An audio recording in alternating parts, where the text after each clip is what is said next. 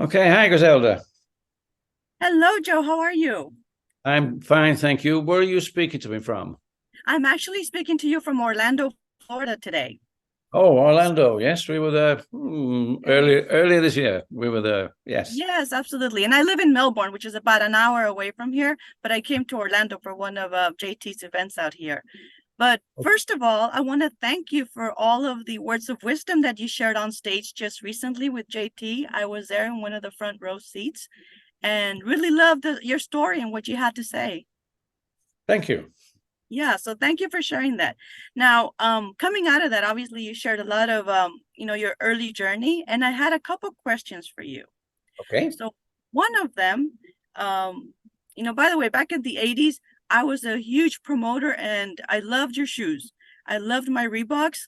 I think it was touted as a running shoe initially, or at least when I first looked into it. I was a cheerleader back then, and they Oh, were great for jumping too. oh, excellent. Yes. Cheerleading, running, Oh, I mean, jumping. no photographs of those days.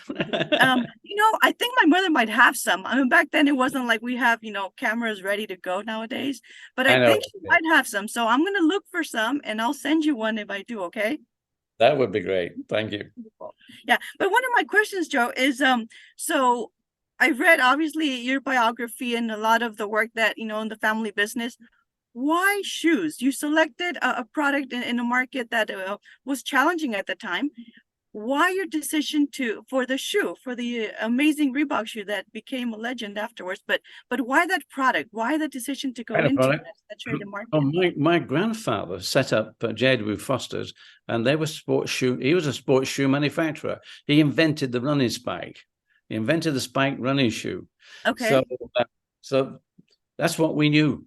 that's we what you do best. that was a business, and that's what we knew about. So, I guess following on the family business, because we left the family business was failing, and Jeff and I were quite young. We needed a future. So we Mhm. thought if this business is failing, we better start our own business and keep keep the family sort of interest in sports footwear, keep that growing, keep it building. And we did. Wonderful. Okay, all right. So a lot of what we learned too in our business classes with JT is stick with what you know.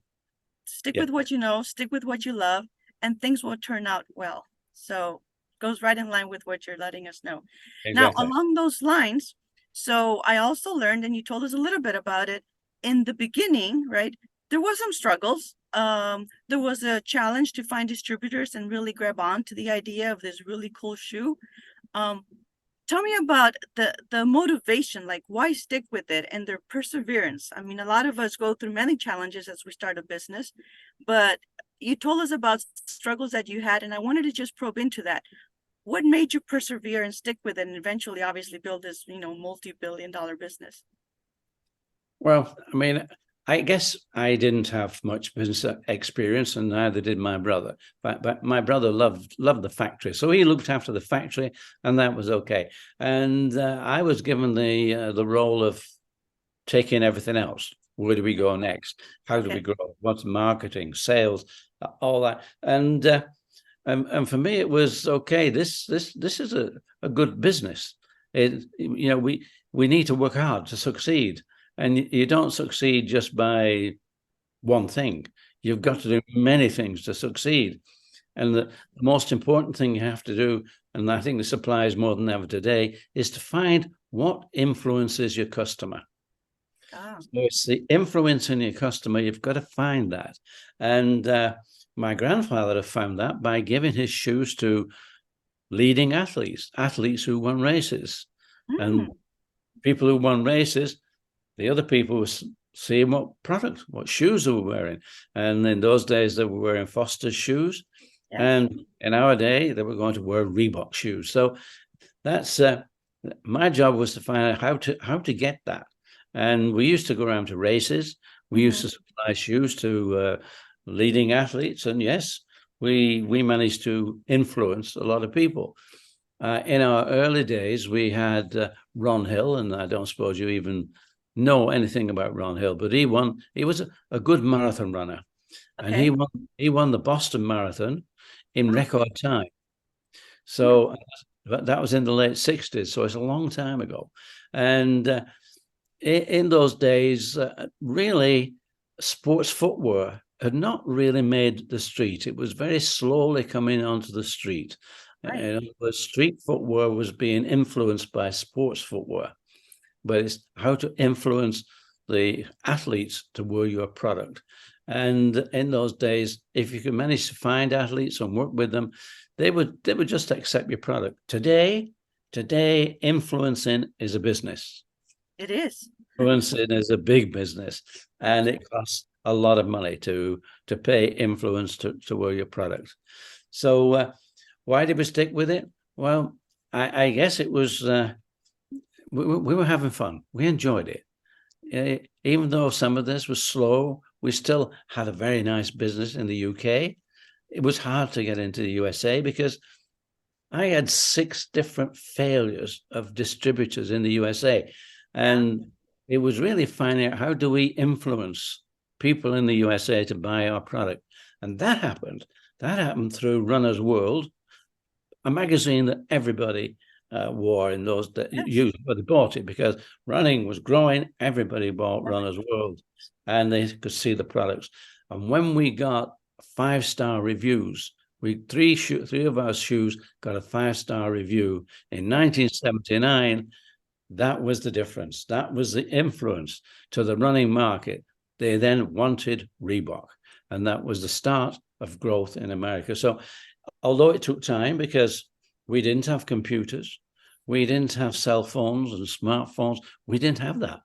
All we had was to go to exhibitions and to use magazines. So, and try to influence through colleges and universities.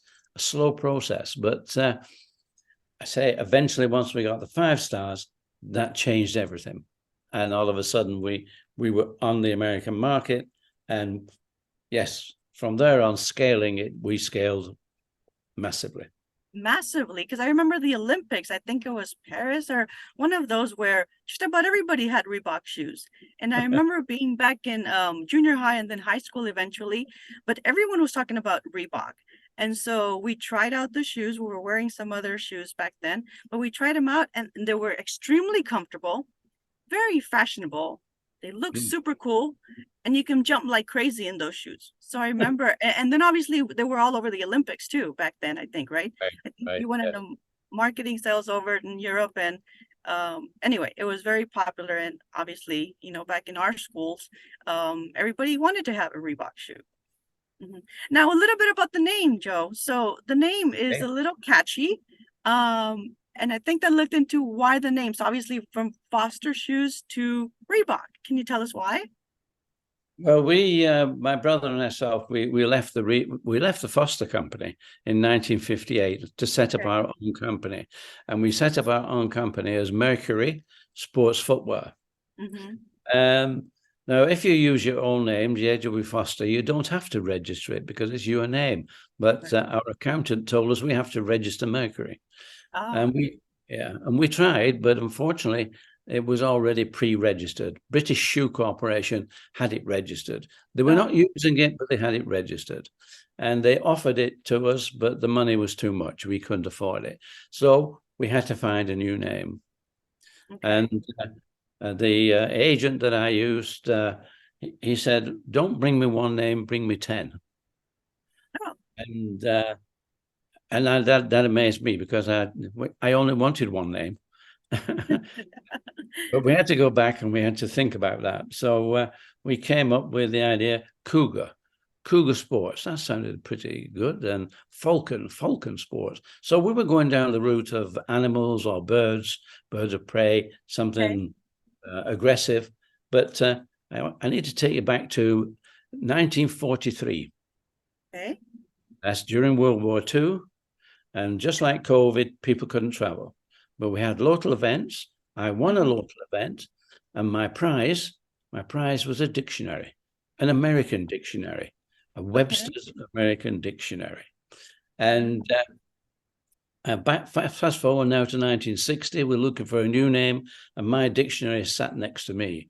And I opened I like the letter R. I opened it and started to thumb through. Very soon came across Reebok. And I'm saying, well, what's Reebok? Hard to believe, be okay. It's a small South African gazelle. Oh, okay. We're a running company, and that's a gazelle. That went top of the list. And there is a story to it. It's in the book, but we got the name Reebok. Perfect. Wonderful. And it really did feel like a Reebok. I'm telling you, when we wore those shoes, whether it was basketball team or us cheering for them on, you felt like sprinting, right? They were soft and cushiony, and you would just go. So very fitting. And you were in charge of marketing and sales at the time, right? So this was That's right. That was me. all you. Wonderful.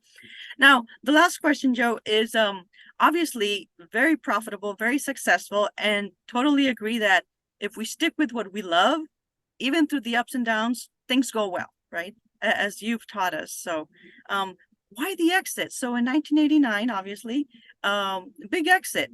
Why that time, and what made it your decision, obviously, and your brother to sell? We were a nice small running company, and all of a sudden we found what we call white space. We love white space because that's our entry into all the markets, was finding somewhere that nobody else is, or there's a space for us to move into. And our white space was aerobics. All of a sudden, our guy down in Los Angeles introduced us to aerobics, and aerobics took us from 9 million to 900 million. And the reason for selling is we couldn't afford that. That was taking an awful lot of money.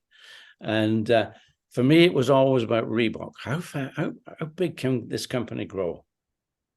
So to get somebody to back that company, a guy called Stephen Rubin, who gave us an open credit line, which meant we could get the product and we didn't have to pay. We could get the product. And that soon our borrowing was at 20 million, and we were a small company. And soon it went higher and higher. But in order to ensure that he would support that company, I decided to sell the company, and we would then see how far we could take Reebok. And of course, we took it to number one. We sort of overtook Adidas, overtook Nike, and we became number one. So that was the reason. For a little while there, yes. Yeah, sorry, technical issues there. So that was the reason for selling. Okay, wonderful. Well, I think our time is almost up, but thank you so much for sharing your words of wisdom again. And thank you for the story of perseverance and sticking with it. I think that's something that all business owners can use, because let's face it, we're all going to have challenges. But any parting words before we wrap up, Joe? Any parting words? Well, any parting words before we wrap up? Most importantly, have fun. Whatever you're doing, have fun. Enjoy it. And there's a lot of things you will have to overcome, but have fun. That is the most important. That way, again, stay with it, have fun, and you will succeed. Absolutely. Thank you so much. And thank you so much for your time. I know you're a busy guy, but we'll see you again next time on stage, I hope. Oh, yes, I hope so too. I hope it's not too long after this. I'm sure it will happen. It will happen. Awesome. Thank you so much, Joe. You have a wonderful day. Thank you, Zelda, and nice. You too. You have a wonderful day.